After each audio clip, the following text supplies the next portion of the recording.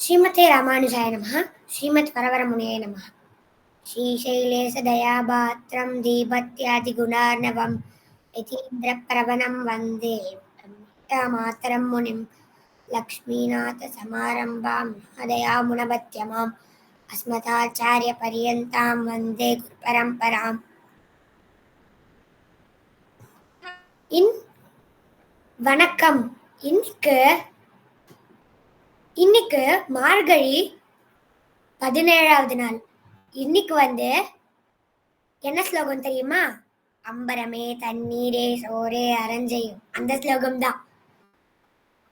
சரி, இப்ப இந்த திருப்பாவையில 30 பாட்டு இருக்கு, பாசனம். இந்த 30 பாசனம் இதெல்லாம் யார் எழுதினா? யார் எழுதினான்னா ஆண்டாள் தான் எழுதினா. இந்த ஆண்டாளை பத்தி மணவாள மாமுனிகள் இருக்கார்ல, அவர் அவரோட உபதேசரத்தின மாலையில 3 பாசனமா எழுதியிருக்காரு. என்ன எழுதியிருக்காருன்னு பார்க்கலாம். இன்னோ திருவாடிப்பூரம் நமக்காக வண்ணோ இங்க ஆண்டாள் அவதரித்தார். உண்ணாத வாழ்வான வைகுண்டவான் போகம் தன்னை இகழ்ந்து ஆழ்வார் திருமகளாராய். என்ன சொல்றாருன்னா, அதாவது ஆண்டாள் வைகுண்டம் எவ்வளோ பெரிய இடம், அது ரொம்ப சுகமான இடம் வேற. அந்த இடத்த விட்டுட்டு நமக்காக பூமியில மனுஷியா பிறந்து நம்மளுக்காக திருப்பாவை எழுதி அப்புறம் நிறைய திங்ஸ் எல்லாம் ஈஸியா ஆக்கி திருப்பாவைக்குள்ளேயே சுருக்கி சுருக்கி போட்டிருக்கா. ஆண்டாள் பெரியாழ்வார்க்கு பிறந்தான். இதுக்கு ஒரு குட்டி கதை இருக்கு. ஏன் ஆண்டாள் முதல்ல பிறந்தா? ஆண்டாள் ஏன் பிறந்தான்னா, ஆண்டாள் பிறக்கிறதுக்கு முன்னாடி ஹிரண்யாக்ஷன் ஒரு அசுரன் இருந்தானா. அந்த அசுரன் நம்மளோட பூமாதேவி இருக்கால, அவன் அப்படியே தூக்கிட்டாரான். அது ரொம்ப கொடூரமான அசுரன். அதனால பூமாதேவியை கூட்டின்னு போயிட்டு வேற ஒரு கடல்ல ஒளிச்சு வச்சுட்டாரு. வேற ஒரு கடல்ல ஒளிச்சு வச்சதுனால பூமாதேவியை காப்பாத்துறதுக்காக விஷ்ணு, அதாவது நாராயணரே, ஒரு பன்னி அவதாரம் எடுத்தார். அதாவது வராக அவதாரம். அவர் அந்த யானைக்கெல்லாம் இப்படி ஒரு பெரிய தந்தம் இருக்கும்ல, அந்த மாதிரி பன்னிக்கு வச்சிருக்கிற மாதிரி வச்சுட்டு அவர் பூமியே மீட்டெடுத்துன்னு வந்தார். வழியில ரொம்ப ஈரத்துல இருந்தார்ல, நடு கடல்ல வேற பூமி இருந்ததுல அவன் நடுங்கிட்டே இருந்தான்.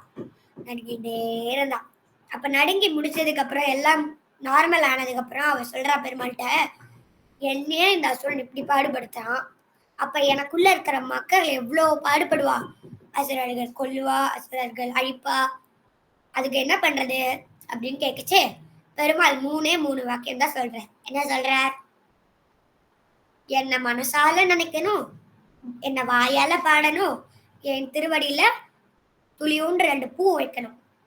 இது பண்ணா நான் யாரையும் அவளை கை விடவே மாட்டேன் கடைசி வரைக்கும் அப்படின்னு சொல்லிட்டு பூமாதேவி அவரோட இடத்துல விட்டுட்டு மேல போயிடுறேன். இதுக்காகவே பூமாதேவி, அதாவது லக்ஷ்மி, பெரியாழ்வாருக்கு குழந்தையா துளசி மாடத்துக்கு பக்கத்துல எப்படி பிறக்கிறா?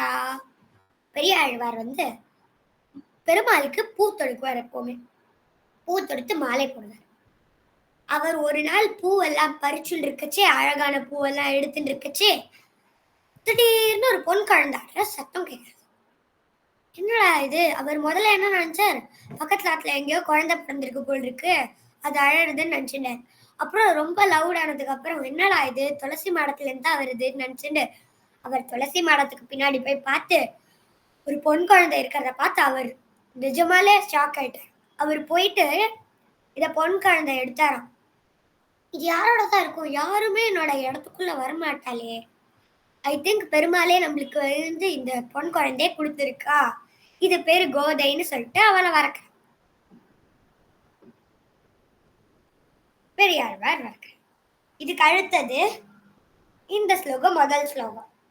2வது ஸ்லோகம் என்னன்னா, பெரியாழ்வார் பெண் பிள்ளையாய் ஆண்டாள் பிறந்த திருவாடிப்பூரத்தின் சீர்மை ஒரு நாளைக்குண்டோ மனமே உணர்ந்து பார், ஆழ்வார் ஆண்டாள் குண்டாகில் ஒப்பிதற்கு உண்டு. இதுல என்ன சொல்றான்னா, ஆண்டாள் நம்மளுக்காக பிறந்திருக்கா. ஆனா ஆழ்வார்கள் எப்பவுமே பொண்ணா கஷ்டப்பட்டு பொண்ணா சில டைம்ஸ் பொண்ண நினைச்சுண்டு பாடுவா. அது ரொம்ப கஷ்டப்பட்டு பண்ணுவா. ஆனா ஆண்டாள் இயற்கையாவே பெருமாளா இருந்ததுனால அவ ரொம்ப ஈஸியாவே பாடிட்டு பெருமாளோட போயிட்டா அப்படின்னு சொல்றா இந்த ஸ்லோகத்துல. அப்பேற்பட்ட ஆண்டாள் மாதிரியே நம்மளும் எப்பவுமே சேவிக்கணும்.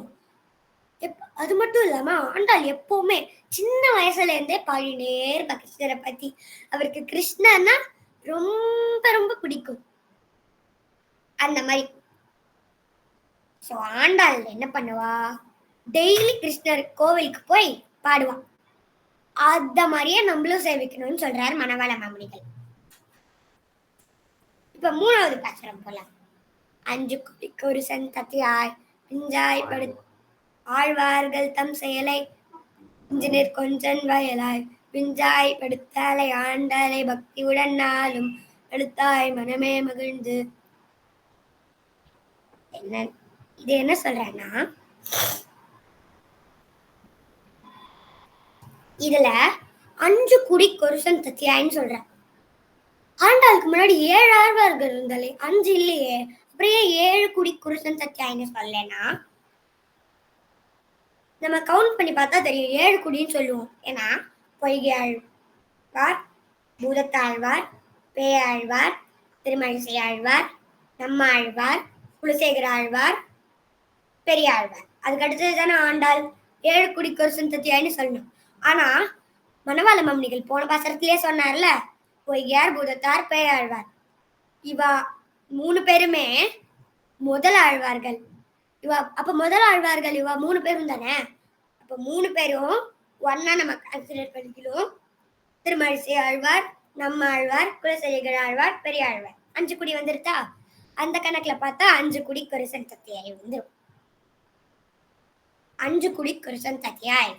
இதுல என்ன சொல்றானா, 5 அதுக்கு பின்னாடி இருந்த 5 ஆழ்வார்களோட சொத்தும் ஒண்ணு அவளுக்கு கிடைச்சிருக்கு. இப்ப லைக் 5 பேர் இருக்கா, அதுல ஒருத்தருக்கு மட்டும் குழந்தை பிறக்காது, எல்லாரோட சொத்தும் அந்த குழந்தைக்கு தானே போகும்.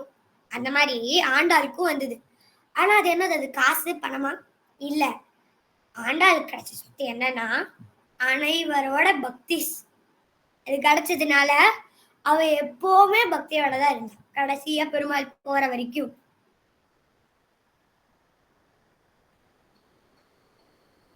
இது மட்டும் இல்லாம அவர் என்ன சொல்றாருன்னா, மணவாள மாமுனிகள் அவளை மாதிரியே நம்மளும் எப்ப பார்த்தாலும் இருக்கணும். எப்ப எப்ப பார்த்தாலும் நம்ம வேற ஏதோ பண்ணிட்டு இருக்க கூடாது, பெருமாளையும் சேவிக்கணும் அப்படின்னு சொல்ற. சரி, நம்ம இப்ப திருப்பாவைக்கு போறோம். திருப்பாவையில தனியன் எழுதினவர் வந்து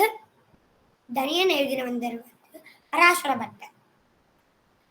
இதையே இந்த இந்த ஸ்லோகத்திலேயே 30 ஸ்லோகம் பாசனம் இருக்கு. 30 பாசனம் இருக்கு. இதுல நம்ம இன்னைக்கு பார்க்க போறது 17வது பாசனம், அம்பரமே தண்ணீர். முதல்ல நம்மளுக்கு கொஞ்சம் எக்ஸ்பிளனேஷன் வேணும்ன்றதுனால முதல் 5 பாட்டுல ஆண்டாள் வந்து தன்னோட சில தோழிகளை எழுப்பி அவள்கிட்டலாம் பெருமாள் எந்த பெருமாளை அடையணும், எப்படி அடையணும், எதுக்கு அடையணும், ஏன் அடையணும் அப்படின்னு எல்லாத்தையுமே சொல்லிடுறா.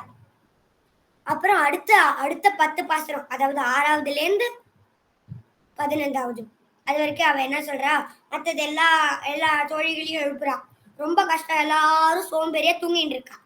அவ எல்லாரையும் போயிட்டு எழுப்பி எல்லாத்தையும் சொல்லி கொடுக்குறா. எல்லாருக்கும் சொல்லி கொடுத்துட்டாளா.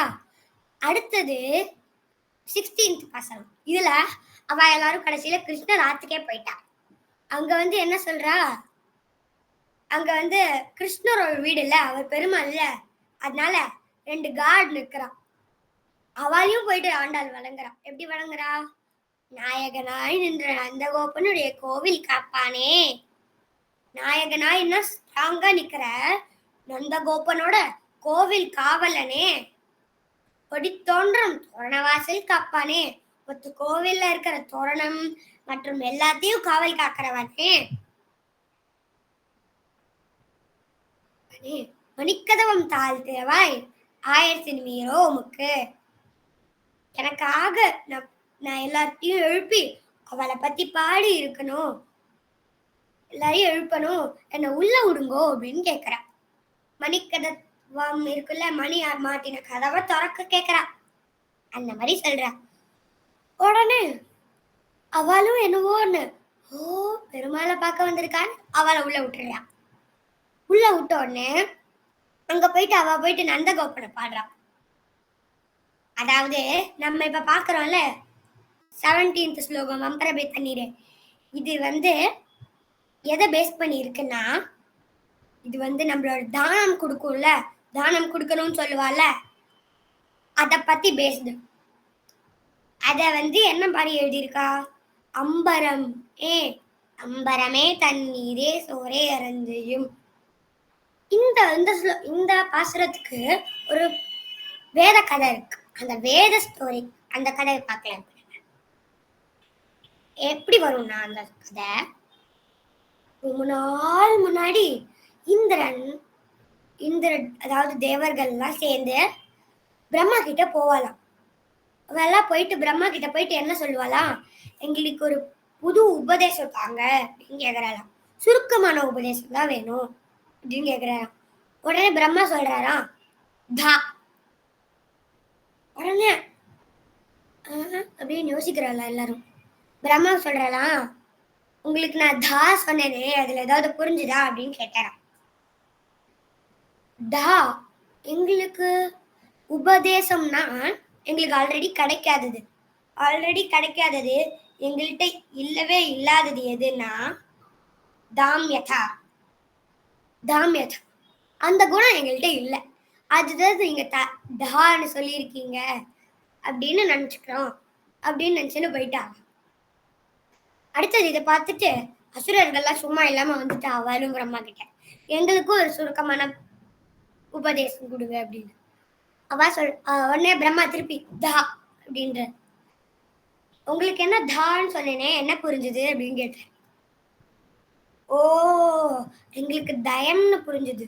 தய எங்களுக்கு அந்த குணம் சுத்தமா இல்லை, உபதேசம்னா இல்லாதது தானே, எங்களுக்கு அந்த குணம் சுத்தமா இல்லை, அது நீங்க தரதா நினைச்சுன்னு நாங்க போறோம்னு போயிட்டாங்க.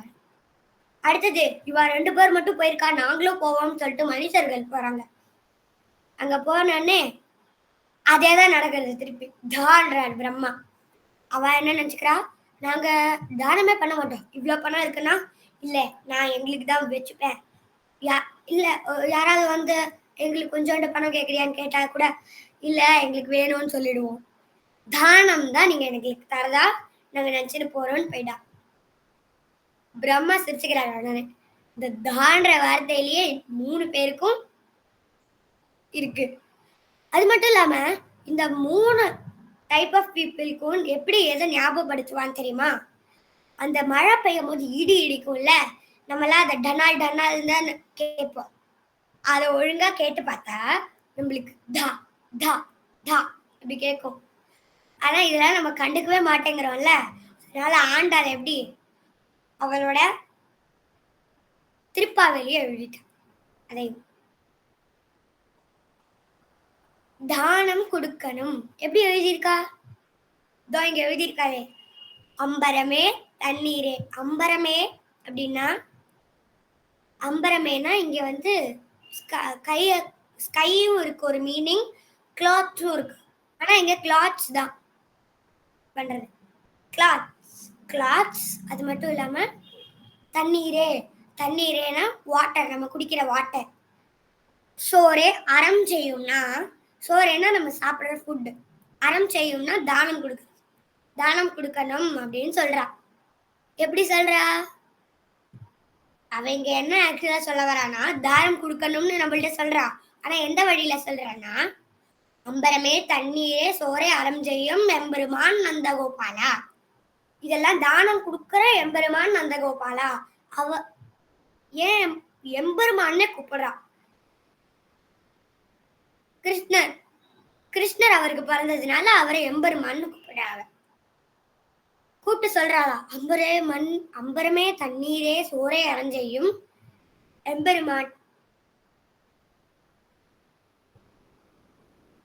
எம்பெருமாட்டி யசோதா அறிவுரை. நெக்ஸ்ட் வரி அது. நெக்ஸ்ட் வரியில கொம்பனார்க்கெல்லாம் குழுந்தை குலவிளக்கே எம்பெருமாட்டி யசோதா அறிவுராய். கொம்பனார்க்கெல்லாம் என்னது? கொம்பனார்க்கெல்லாம் தெரியலையே. கொம்பனார்க்கெல்லாம்னா இந்த ஒரு மரம் இருக்குன்னா அந்த மரத்துல இவ்ளோ ஃப்ளவர் இருக்கும்ல, அதுல ஒன் பிரைட் ஃப்ளவர், அதாவது கும்பனாருக்கெல்லாம் குழந்தை குலவிளக்கு, நல்லா பிரைட்டா இருக்கிறது, அதான் இங்க சொல்லியிருக்கா. எம்பெருமாட்டி இருக்கிற எம்பெருமாட்டி யசோதா அறிவாய். எம்பெருமானோட மனைவியான எம்பெருமாட்டின்னு சொல்றா. ஏஜா ஜெண்டரை மாத்தி சொல்றா. அம்பரமுடுத்து ஓங்கி உலகிழந்த உம்பர் கோமானே உறங்காத எழுந்திராய் அப்படின்ற. அடுத்தது வந்து கிருஷ்ணர நீ திருவிக்ரமாவதாரம், அதாவது வாமனாவதாரத்துல மொத்த ஸ்கை அளந்தியே, ஸ்கையே உடைச்சிட்டு போயிட்டு மொத்த உலகத்தையும் அளந்தியே, அந்த மாதிரி நீயும் தூங்காத, எழுந்துரு அப்படின்னு சொல்றா. ஆனா கிருஷ்ணர் எழுந்துக்கவே இல்லை. அடுத்தது போறார் அவர். அடுத்தது பலராமர்கிட்ட போய் செம்பூர் கழடி செல்வா பலதேவா உம்பியும் நீயும் உறங்கேலோ ரெம்பாவாய். அதாவது red and gold colour mix ஆனா அந்த கலர் வந்து கால் வச்சிருக்கிற பலராமனே, நீயும் தூங்காதே, எழுந்துக்கோ, உன்னோட தம்பியோட நீயும் உம்பியும் நீயும் உறங்காதே எழுந்திராய். உன் தம்பியும் தான் உம்பியும் நீயும்னு சொல்லிட்ட. உன் தம்பியும் நீயும் உறங்காதே எழுந்திராய் அப்படின்றா. அப்ப இதுக்கான ஆக்சுவலா வந்து இதுக்கு நம்ம வந்து இத டீடைல்டா நமக்கு பார்க்கலாம். எப்படின்னா, அம்பரமே தண்ணீரே சோரே அரஞ்செய்யும் அப்படின்ற. ஓகே, அம்பரமே தண்ணீரே சோரே அரஞ்செய்யும் எம்பெருமான் நந்தகோபால எழுந்திராய் அப்படின்னு நந்தகோபாலன் எழுப்புற. நந்தகோபாலன் என்னடா இது சூப்பரா எழுப்புறாளே நம்மள அப்படின்னு பார்த்து ஆண்டாள் எல்லாம் உள்ள விட்டுறான். அவ எல்லாம் போயிட்டு யசோதா கிட்ட அடுத்தது பாடுறா. கும்பனார்க்கெல்லாம் குழந்தை குலவிளக்கே எம்பெருமாட்டி யசோதா அறிவுராய். அதாவது ஒரு கூட்டத்திலே பிரைட்டஸ்ட், அதாவது ஏன் பிரைட்டஸ்ட்னு சொல்றான்னா, யசோதா வந்து கிருஷ்ணரோட அம்மா, வளர்த்த அம்மாவா இருக்கா. இப்ப எல்லா அவதாரம் விஷ்ணுவோட அவதாரத்தோட அம்மாவை பார்த்தா எப்பவுமே அவ விஷ்ணுவோட இருந்திருக்க முடியாது. ஏன்னா பரசுராமர் பார்த்தீங்கன்னா, பரசுராமரோட குரு சொன்னதுனால பரசுராமர் அவ அம்மாவே வெட்டிட்டான் அவரோட இது வச்சு. அடுத்தது வாமன அவதாரம் பார்த்தா பிச்சை எடுக்கிறதுக்கு வாமனர் போயிட்டார். அடுத்த ராம அவதாரம் பார்த்தா ராமர் காட்டுக்கு போயிட்டார் பட்டாபிஷேகத்துக்கு முன்னாடியே. கிருஷ்ண அவதாரத்துல பார்த்தா தேவகி பெத்தெடுத்தா, ஆனா ஜெயிலே இருந்துட்டா, கிருஷ்ணர் தப்பிச்சு போயிட்டார். அடுத்தது அவ்வளவுதான் இந்த மாதிரி. ஆனா யசோதா மட்டும் கிருஷ்ணர் கூடிய வச்சு குழந்தை மாதிரியே வளர்த்தால, அதனால அவதான் பிரைட்டஸ்ட் அப்படின்னு சொல்றாங்க.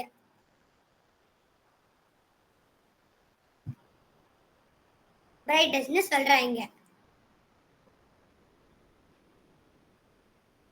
அம்பரமே தண்ணீரே, ஏன் அதுக்கு முன்னாடி நம்ம வந்து நந்தகோபாலனை எழுப்பினால, அம்பரமே தண்ணீரே, அம்பரம் தண்ணீர் சோறுன்னு போட்டிருக்க வேண்டியதுன்னு ஏன் சேர்த்திருக்கானா, அதெல்லாம் ஸ்பெஷலா பண்றாருல அவர், புதுசா வாங்கி பண்றார். எல்லாத்தையும் வஸ்திரம்னா புதுசா வாங்கி தரார். ஏதாவது யாராவது சாப்பாடு கேட்டு வந்திருந்தாங்கன்னா புதுசா சமைச்சு தருவார். தண்ணினா அவர் எப்படி தண்ணி குடுப்பார்னா, ஒருவேளை அது வந்து கோடை காலமா இருந்தா, சில் தண்ணி பானையில வச்சுருவார். வெள்ள. அவரோட இதுல பந்தல்ல. அந்த மாரி கோடை காலம் இல்லாம குளிர் காலத்துல சுட தண்ணி வைப்பார். அதுலயே. சுட தண்ணி வைக்கிறதுனால அவளுக்குலாம் தொண்டை வலி வராம அந்த மாதிரி நல்ல தண்ணி பாதுபார், தண்ணியை ஸ்பெஷலா கொடுப்பார். மூணுத்தையுமே ஸ்பெஷலா கொடுக்கறதுனால ஏ சேர்க்கிறோம் நம்ம. அம்பரமே தண்ணீரே சோரே அரஞ்செய்யும் எம்பெருமான் இந்த கோப்பாலா எழுதுகிறார். முடிச்சோடனே யசோதா நம்ம பார்த்தாச்சு. அதுக்கு அடுத்தது கிருஷ்ணர் எழுப்புறாராம். போயிட்டு ஆண்டாள வரலாம். கிருஷ்ணர் எப்படி எழுப்புறா? அம்பரம் உந்து அம்பரம் மூடரத்து ஓங்கி உலகளந்த உம்பர் கோமானே உறங்காத எழுந்திராய் அப்படின்ற. என்னன்னா, நீ வந்து திருவிக்ரம அவதாரத்துல கைய உடைச்சுன்னு போயிட்டு எல்லா இடத்தையும் அளந்தியே, உறங்காதே எழுந்திராய் அப்படின்ற. இங்க வந்து அவரான என்ன பண்றார்? இங்க ஒரு குட்டி கதை இருக்கு. கிருஷ்ணர் ஆனா எழுந்துக்கல. ஒரு குட்டி கதை இருக்கு. பாமனர் பிறந்த உடனே பிக்ஷை எடுக்க போனார். ஏன் அவர் முதல்ல பிறந்திருந்தேன்னா, இந்த மகாபலின்னு சொல்லிட்டு ஒரு அரசன் இருந்தாராம். அவர் இந்திரனையே ஜெயிச்சு இந்திரலோகம் மொத்தத்துக்கும் ராஜாவா இருந்தாராம். அவர் தானம்ன்றதுல ரொம்ப நல்லவர். எப்பவுமே தானம் கொடுப்பே இருப்பார். அப்ப இங்க வந்து இந்திரன் கேட்டதுனால இந்திரன் வந்து பெருமாளை கேட்டதுனால பெருமாள் வந்து வாமனனா பறந்து குட்டி வேஷத்துல வந்தாராம். வரச்சே சுக்கராச்சாரியார் என்ன பண்றாராம்? சுக்கராச்சாரியாருக்கு தெரிஞ்சு போச்சு மகாபலி வந்து தானம் சுக்கராச்சாரியார் கொடுக்க போச்சே. சுக்கராச்சாரியார் யாரு? சுக்கராச்சாரியார் தான் வந்து மகாபலியோட ஆச்சாரியன். மகாபலி வந்து தானம் ஆல்மோஸ்ட் அந்த கமண்டத்துல இருக்கிற தண்ணிய வந்து கையில குத்தணும்ல, அத குத்தத்துக்கு முன்னாடியே சுக்கராச்சாரியா ஐயோ கேட்க மாட்டேங்கிறானே, ஒரு வண்டோட வடிவம் எடுத்துட்டு அந்த மூக்குக்குள்ள போயிட்டு ஒட்டின் அந்த இடத்துல நின்றுடுறாராம். தண்ணியால அவரை தாண்டி வர முடியலையா, தண்ணி வர மாட்டேங்கிறதாம். உடனே வாமனர் வந்து எப்பவுமே தர்பம் வச்சிருப்பாள்ல பிராமணரா, அவ அந்த தர்பை எடுத்து குத்திட்டாராம். சுக்கராச்சாரியார் கண்ணு போனதுனால அவர் உள்ள போயிட்டு விழுந்துட்டாராம். தண்ணி வெளில வந்துருத்தான். தண்ணி கையில பட்ட உடனே வாமனர் ரொம்ப பெருசா வளர்ந்துட்டாராம். ரொம்ப பெருசா வளர்ந்ததுனால அவ இந்த பூமிய ஒரே கால் அடியில வச்சுட்டாராம். பூமிய பிரம்மலோகம் அடுத்த கால பிரம்மலோகம் வரைக்கும் தூக்கிட்டாராம். அடுத்தது எங்க வைக்கட்டும் அப்படின்னு கேக்குறாரா வாமனர். என் தலைமையில வச்சுக்கோங்க அப்படின்றாராம் மகாபலி. ஏன் தலையில வச்சு அமுத்துறாரு தெரியுமா? விஷ்ணு கொல்ல மாட்டேன்னு வந்து பிரகலாதன் கிட்ட அவர் வந்து சத்தியம் கொடுத்திருக்கார். ஏன்னா மகாபலி பிரகலாதனோட வம்சத்துல, அதனால விஷ்ணுவால அவரை கொல்ல முடியல. ஆனா பூமியில அழுத்தி விட்டுட்டார். அவர் வந்து இந்த ஓணம்னு சொல்லிட்டு ஒரு இது வரும்ல, திருவோணம், அன்னைக்கு மட்டும் அவரால் வெளில வர முடியும். வெளில வந்து எல்லாரையும் பார்த்துட்டு உள்ள திருப்பி போயிடுவாரு.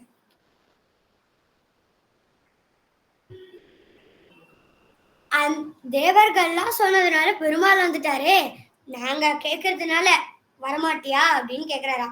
ஆனா இன்னமும் கிருஷ்ணர் வரல, எழுந்துக்கல. சரி பரவாயில்ல, நம்ம பலராமர்கிட்ட போலான்னு அடுத்தது பலராமர்கிட்ட போய் செம்போர் கழடி செல்வா பலதேவா ரெட் அண்ட் கோல்டு மிக்ஸ் ஆன கலர்ல கால் இருக்கிற பலராமனே, நீயும் எழுந்துக்கோ, நீயும் தூங்காதே, நீயும் உன் தம்பியும் சேர்ந்து எழுந்து கொள்ளுங்கள், தூங்காதே சொல்றா.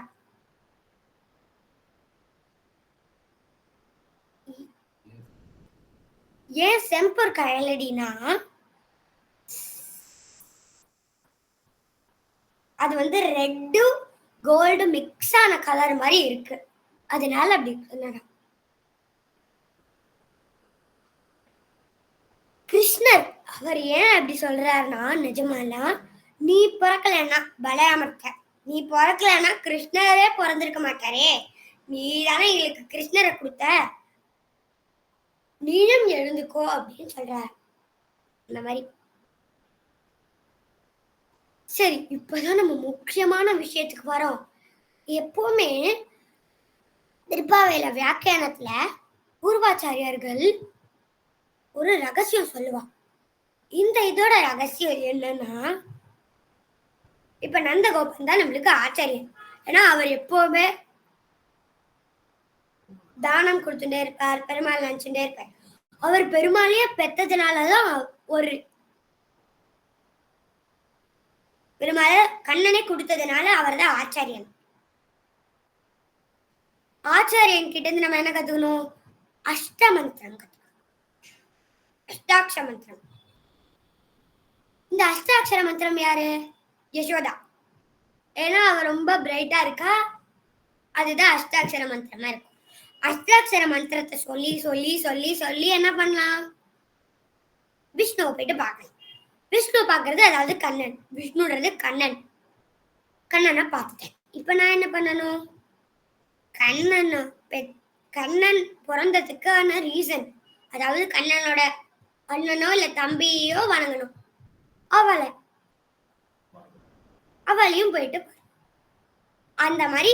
அதுதான் வந்து அந்த ரகசியம் சொல்லியிருக்காரு பூர்வாச்சாரியர்கள்.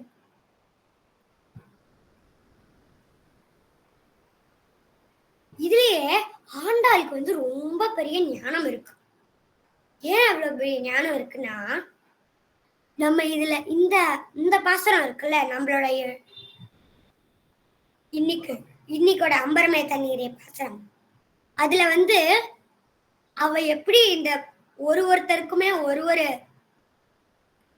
வரி எப்படி பிரிச்சிருக்கான்னு பார்க்க முடியும்.